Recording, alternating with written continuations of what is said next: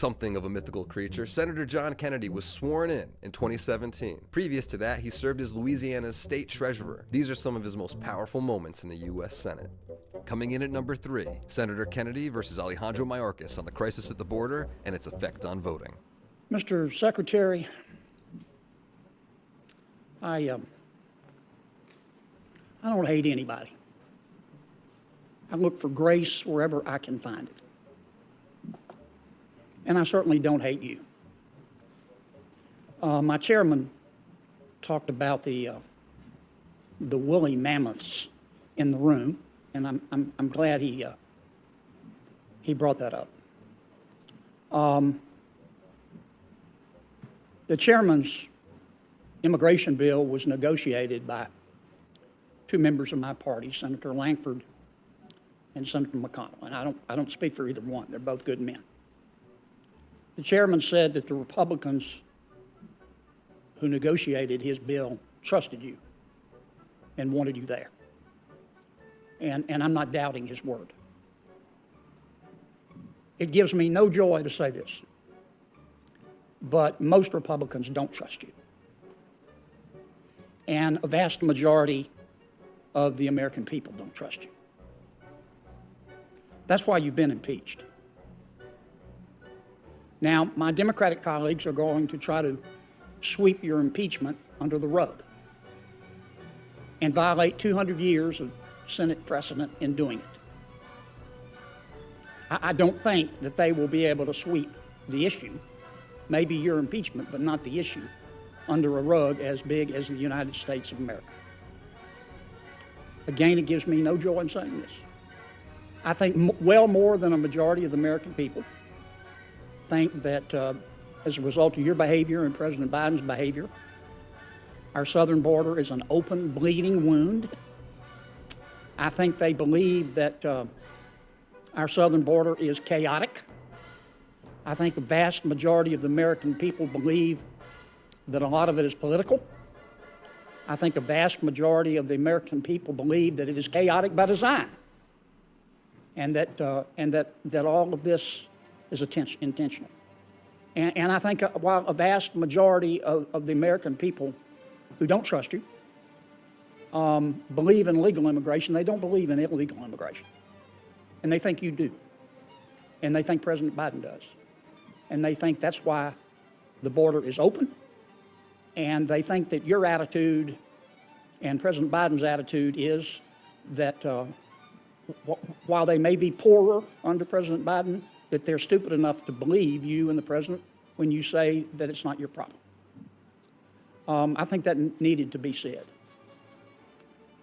Isn't it a fact, Mr. Secretary, that the number of illegal immigrants that you and the president allow into our country counts for congressional district reapportionment?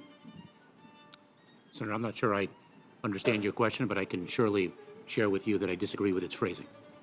Isn't it true, Mr. Secretary, that the number of illegal immigrants that you and President Biden have allowed into our country counts for allocating electoral votes?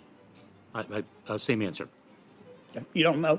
I don't understand your question. Never crossed your mind? The notion, Senator, that we intend to allow illegal immigration is nothing short of preposterous. So you do understand my question? And if I may, it is disrespectful to the extraordinarily hard work that we perform, and far more importantly, that the personnel in the Department of Homeland Security and across this administration perform to stem illegal immigration, build lawful, safe, and orderly pathways, and invest in a working system. And we only wish that bipartisan legislation, about which I have not heard a critical term, Mr. Secretary, you're using up my time. You do this every single time. You do this every single time. And it's a fact, and you know it, and I know it, that the more people you allow into our country illegally, the more people are counted for reapportionment.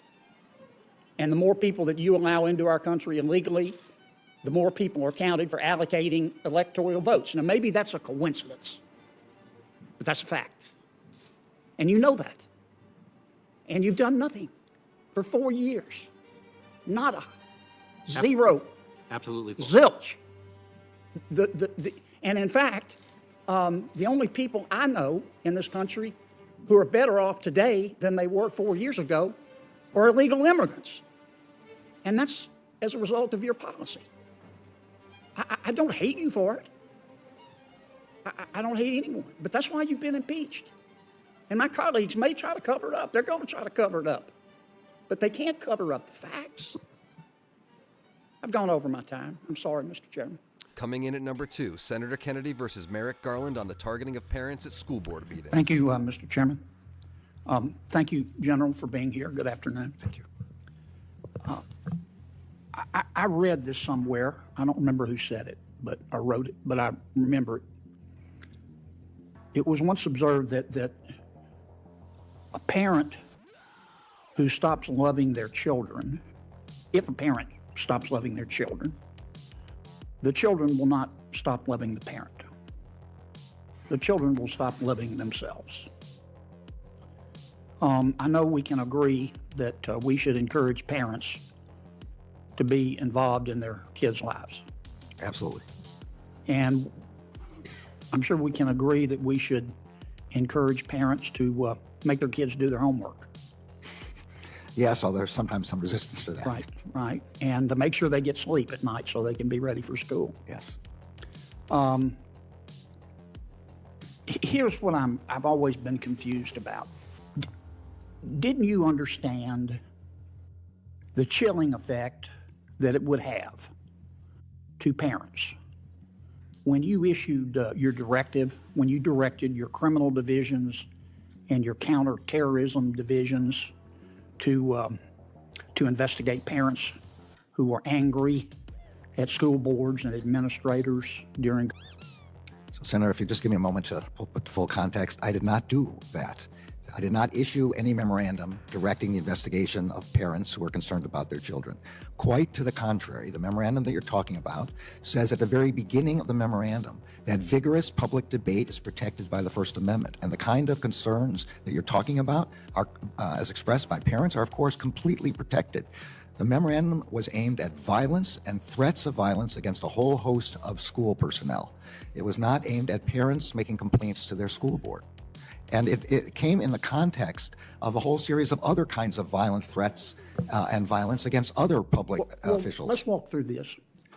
Your directive to your criminal division and your counterterrorism division came in a response to a letter from the National School Boards Association, did it not? In part to the letter and in part to news reports of violence and threats of violence. The National School Board Association said these parents ought to be investigated under the Patriot Act as potential domestic terrorists. And you'll notice, Senator, that I said nothing like that. I understand, but that's what the letter said. There was a reference to that in the letter, right. Something I disagree with. And your employees helped them write the letter, didn't they? I don't know anything to suggest that that's true. I think it is true. Well, and the White House helped them write that letter, didn't they?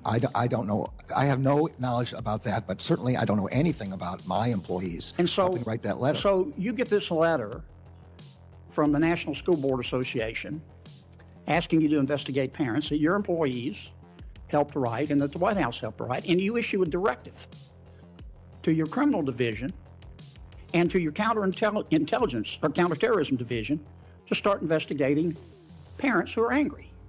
What did you think was going to happen? Say again, Senator, that nothing in my memorandum says to investigate parents who are angry. Quite the opposite. It says that the First Amendment protects that kind of vigorous debate. The only thing we wanted was for an assessment to be made out in the field about whether federal assistance was needed to prevent violence and threats of violence. Well, one of your field offices, that's not the way your department implemented your directive. One of your field offices actually opened an investigation. You set up a website and a hotline to report parents. And I don't think we didn't set up a specific hotline about this. This was a reference to the Democratic FBI's Party official contacted you. They said that some Republicans were inciting violence by expressing public displeasure with school districts' mandates. And one of your field offices opened an investigation, which is a permanent part of their record. Senator, I don't know anything about the specific thing that you're talking about. They used to say in high school this is going to be on your permanent record. I don't believe there is any such thing with respect to this. I think there is at the FBI, General, and you and I both know there is. There was a lady a mom in Michigan. She has a special needs kid, and the kid was doing pretty well. And she got upset with her local school board over its closures and virtual learning policies, and she went to the meeting. And she made an intemperate comment. She accused them of being a bunch of Nazis. Why would the FBI open an investigation of her? Again, I don't know anything about the specifics of the case, but accusing people of being Nazis, well, I find bad. It's certainly not criminal. It's totally protected by the First Amendment. I've said that over and over again. This is not the first time we've discussed this. That's not what your department did. Well, this is about the third time I'm being asked about the same memorandum, and each time I've said, and I hope that the senators would go ahead and advise their constituents in the same way, that this is not what we do. We are not in any way trying to interfere with parents making complaints about the education of their children. But don't you understand, General, and I believe you, but don't you understand that this looks like you were just giving in to the teachers' unions and politicizing the disagreement, the honest disagreements? I mean, we only, as a result of some of our school board policies, we only experienced the largest learning loss for our kids in modern history. Don't you think parents had a right to be upset? Absolutely. Instead of, you implemented, what's a threat tag?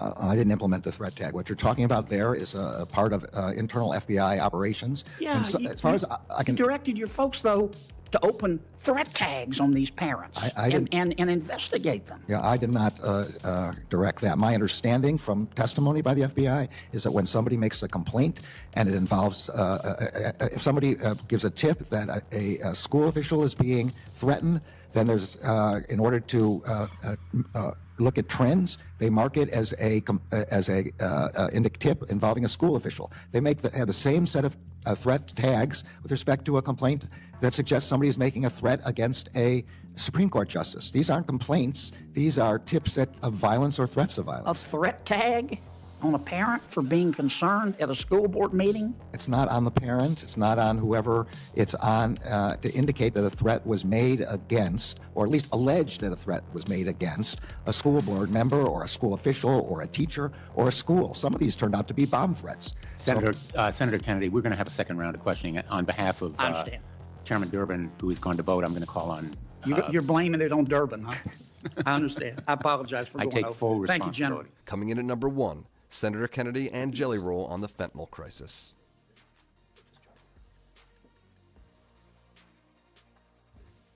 Candidly, gentlemen, there's not much that Congress can do to make President Xi stop his country from producing the precursor chemicals. I met with President Xi personally in Beijing. I don't think it did much good. And candidly, there's not much the United States Congress can do to make President Lopez Obrador in Mexico stop the cartels. He knows what's going on. There are two things that we can do. First, we, meaning Congress, we can secure the border. It's an open, bleeding wound, and it is wide open. And it is wide open by design. I've seen it. Most of the members of this committee have. That's not what I want to talk about. The other thing that Congress can do is crack down on the dealers, not the addicts, Mr. Ford, the dealers. Now, Mr. Urban, see this pencil? Yes, sir. This pencil tip, the amount of fentanyl just in a pencil tip as represented by a pencil tip will kill you dead. Dead as fried chicken, Mr. DeFord. Hope that's Southern enough for you. You see this? 40 grams? Yes, sir. This will kill every man, woman, and child in Culpeper, Virginia. Not far from here. If you have this much fentanyl, you're a dealer. This is 400 grams. This will kill every man, woman, and child in Knoxville, Tennessee. Now, you're a dealer. You're not holding this much fentanyl. You're not dealing. Now, 40 grams. This will get you, if you get caught, a minimum of 5 years. Okay?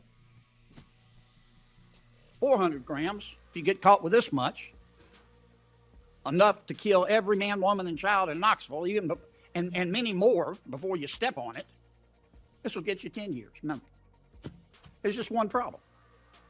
We punish other drugs less severely than we do the most powerful drug, fentanyl.